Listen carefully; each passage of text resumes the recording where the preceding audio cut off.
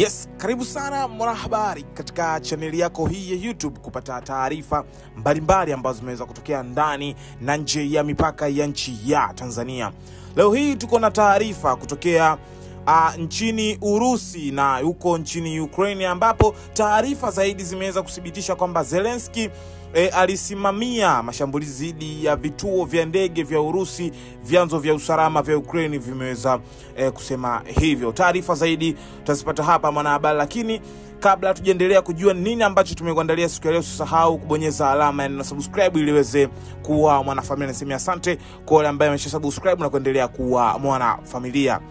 Karibu sana mwanahabari kujua na kupata taarifa zaidi ambazo zimeweza kutokea huko nchini Ukraine pamoja na nchini Urusi, ambapo taarifa za kustajabisha na za kina kuhusu shambulio la mapema leo nchini Urusi zimetolewa kwa vyombo vya habari kisiri. Taarifa hizo zinatoa maelezo zaidi kuhusu jinsi jeshi la Ukraine lilivyopanga na kutekeleza shambulizi dhidi ya kambi 4 za jeshi la anga la Urusi. Kwa mujibu wa vyanzo ndani ya huduma ya usalama ya Ukraine SBU, operation hiyo iliyotambuliwa kama Spider Web ilichukua mwaka mzima na nusu kupanga na ilisimamiwa na rais wa Ukraine Volodymyr Zelensky.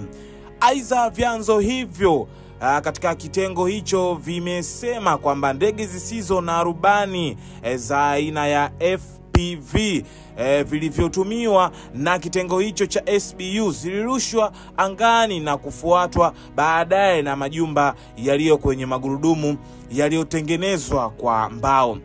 Pindi tu zilipoingia ndani ya himaya ya Urusi, ndege hizo zisizokuwa na rubani zilifichwa chini ya paa za majumba hayo ya mbao na kuwekwa juu ya malori. Wakati wa shambulizi hilo, paa za majumba hayo zilifunguliwa kwa kutoka mbali na kuzipatia ndege zisizokuwa na rubani nafasi ya kupaa angani tena na kulenga kambi za kijeshi za Urusi zilizokuwa karibu.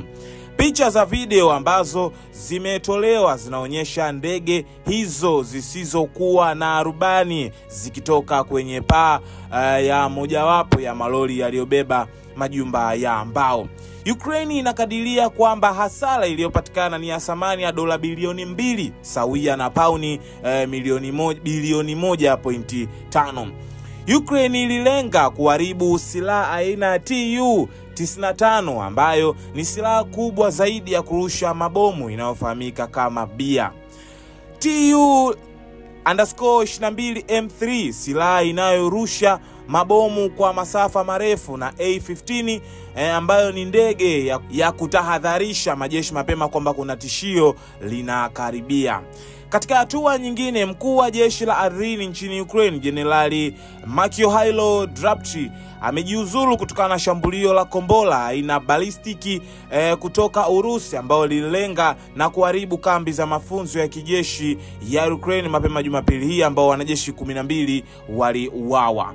Mwanahabari, nikushukuru sana. Hizi zilikuwa ni taarifa kutoka nchini Ukraine pamoja na nchini Urusi. Nikushukuru sana kwa kuendelea nami, kuungana nami mwanzo mpaka mwisho nikiletea taarifa zaidi zile ambazo zimeweza kutokea ndani na nje ya mipaka ya nchi ya Tanzania. Kutokea hapa sina la ziada. Nikuage, nikutakia siku njema, niseme asante kwa yule ambaye ameshasubscribe, kubonyeza alama ya kengele, turn on notification, share, like na kucomment. Kutokea hapa sina la ziada. Nitwa Junior, nikuage, nikutakia siku njema.